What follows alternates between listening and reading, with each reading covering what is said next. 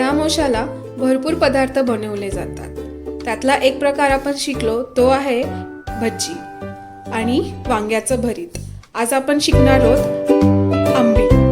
तर आंबील कसं करायचंय तर ते आज आपण शिकूयात. तर आंबीलला लागणारे साहित्य आहे ताक जे आहे ते पूर्णपणे व्यवस्थित पातळ करून घ्यायचं आहे. ताक ज्वारीचं पीठ अर्धी वाटी घ्यायची आहे आणि गरम पाणी जे उकळत करत ठेवायचं आहे. आता बघूयात आंबील कसं बनवायचं. ज्वारीचं पीठ आपण असं पातळ करून घेणार आहोत आणि तोपर्यंत इकडे गॅसवरती पाणी तापवायला ठेवणार. गाठी न होऊ देता ह्याला पातळ करून घ्यायचं आहे.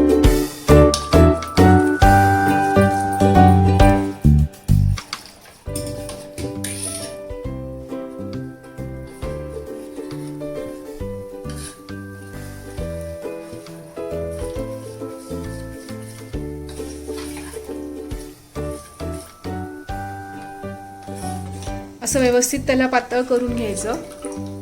ते झालं की इकडे पाणीला उकळी आलीच आहे, तर मग त्यात ते ज्वारीचं पीठ टाकायचं. हळूहळू टाका, हलवत टाकायचंय जेणेकरून ते एकजीव होईल पाण्यामध्ये, व्यवस्थित एकत्र होईल. आता ह्याला व्यवस्थित शिजू द्यायचं आहे. थोडंसं घट्ट होऊ द्यायचं.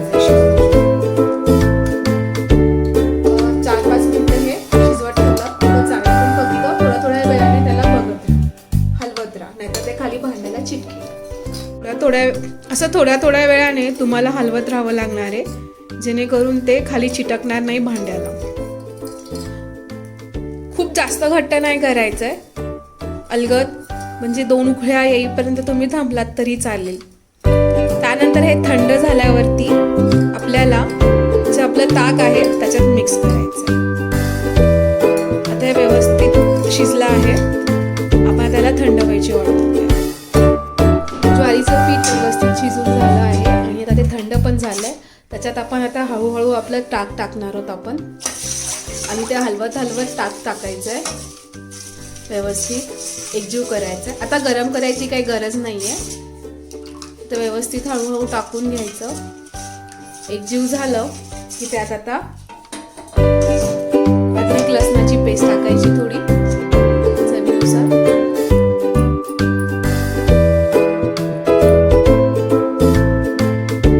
पुन्हा त्याला हलवून घ्यायचं.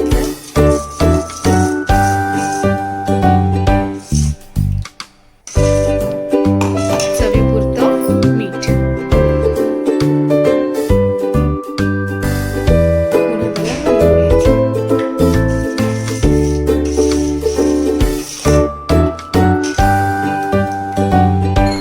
अशा प्रकारे आपला आंबील तयार झाला आहे.